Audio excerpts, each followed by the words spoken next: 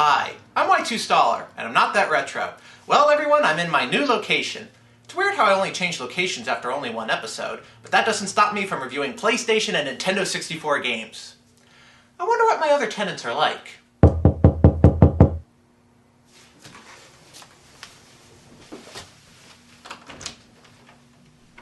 Hello? Can I help you? I am Credence Leonore Gielgud, and I am your new landlord. I baked you this cake. It is an ancient family recipe. That kind of looks like it's store-bought. No, it is not. I hope you enjoy it. And if there's anything else you might need, anything at all, you just let me know.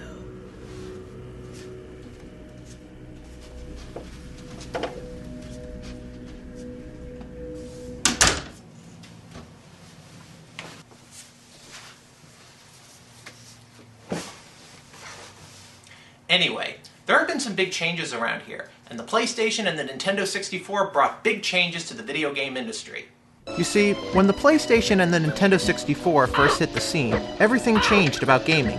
Games now had full 3D environments. When you pick up an object, it looks like an object, not a picture. You could travel in all the directions of space instead of just right and left. Even though the PC had this years in advance, bringing it to home consoles was a big deal because even at the time, not everyone had a computer. It even changed the way games could be played.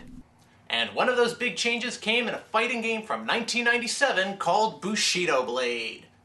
Created by developer Lightweight, Bushido Blade is a fighting game that changed the rules of what a fighting game could be. You see, back then, every fighting game was the same. Two people enter, they beat the living crap out of each other by doing a series of combos until their health bar runs out. This formula has been used in every major fighting game before Bushido Blade, and yet they still use the same formula today, but you know what I mean. Bushido Blade came out and did things totally different. First, they got rid of the health bar, so you don't know how much health your opponent has left. Then again, neither do you. Next, they let the fighters move naturally as they would in real life. Yes, in all their natural blockiness.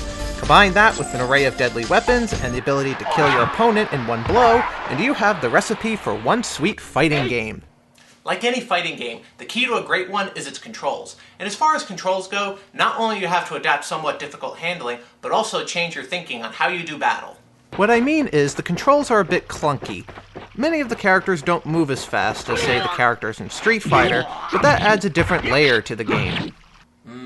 Layers. Must eat cake.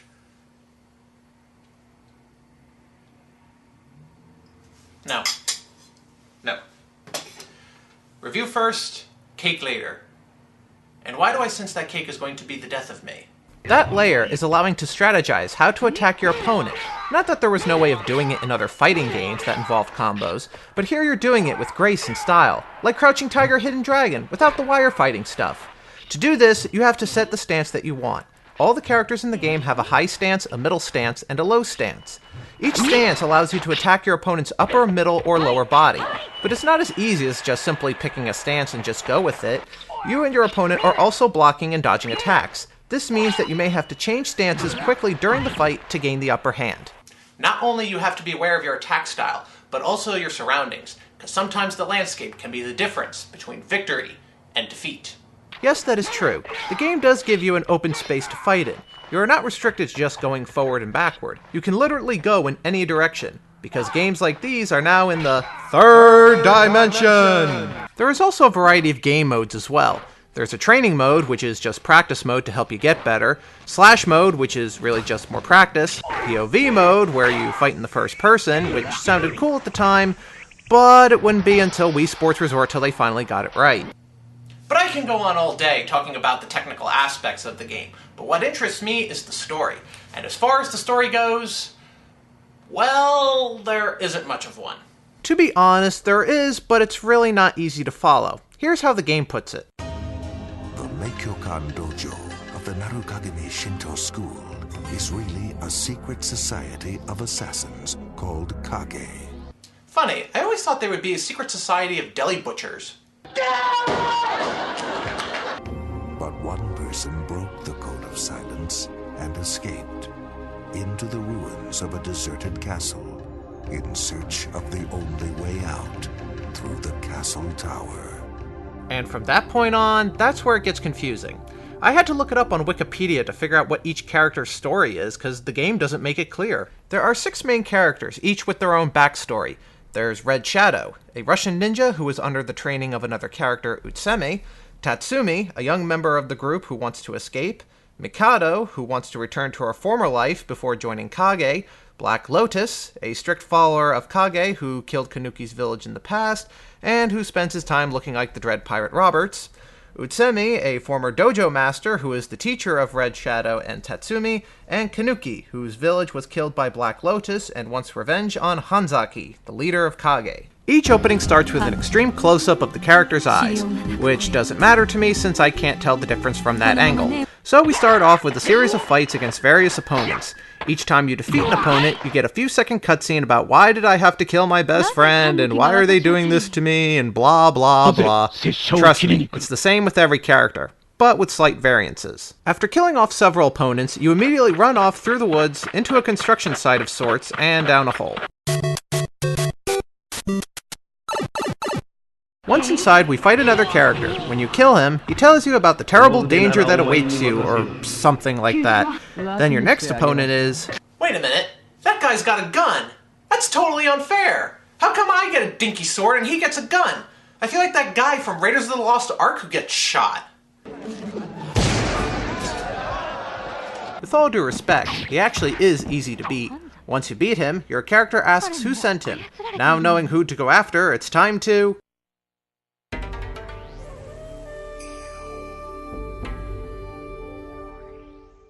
What the hell? It's some random Japanese saying. And it takes me back to the beginning of the game? This makes no sense. What did I do wrong? Upon research, I found out that the reason why I ended up at the beginning was that I was not following the code of Bushido. Bushido? What the heck is Bushido? I mean, I know it's a code of conduct used by samurai warriors during feudal Japan, but what does that have to do with anything?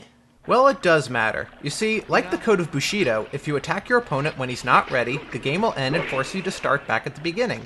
However, you can tell that your opponent is ready by hearing swords clicking. Once you hear it, the match can begin. This is probably the first instance in which a game punishes you for making a choice that was immoral. Or the game just doesn't want you to be a cheap ass. Once you get the hang of the code of Bushido, we can finally get to the end of the game. Like any fighting game, each character has a different ending. Black Lotus kills himself because he dishonored the code of Bushido. Kanuki fails to find out who attacked his village and ends up becoming a vigilante in New York.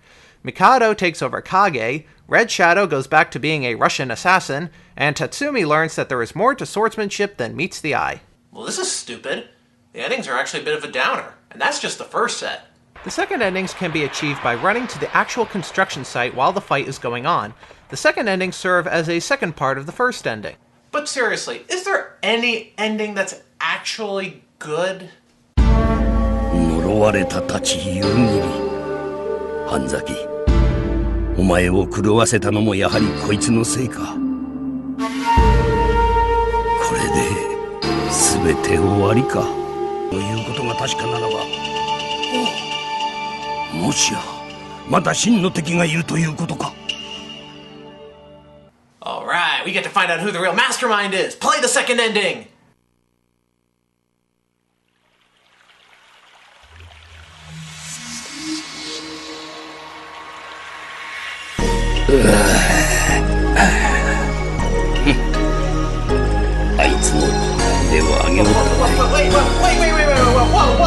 Whoa! Time out! Why is he in a hot spring? What happened to him finding the real mastermind? Why does he go after him? Why was the sword possessed? Why can't this game explain anything? To be fair, it's not the game's fault. The game is about using a new fighting style that hasn't been done in gaming before. It brought about a new way to do fighting games. So in the end, Bushido Blade is a great game. It spawned a sequel, a spiritual successor, and a game that thinks it's a spiritual successor but isn't. But I wouldn't recommend this game to everyone because it may not be everyone's style of fighting game. The controls take some time to adjust, plus you gotta put some strategy into how you plan your attack. However, you do get to choose your own weapons, and there's one-hit KOs. Only hardcore fighting gamers need apply. I'm Y2 Staller, and I'm not that retro. And now it's time for cake.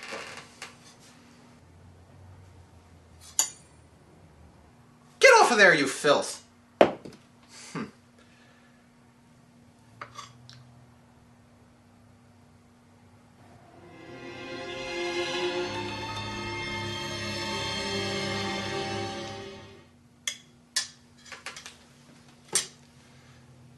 Bad cake.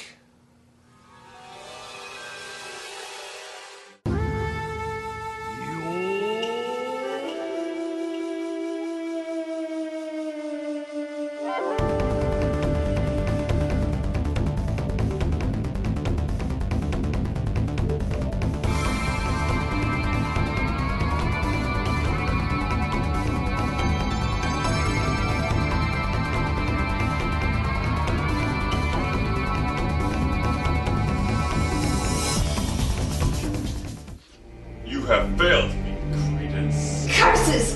How was I supposed to know you would find out about the poisoned cake? You know that I am impatient with those that fail me. However, it's not being some use to me.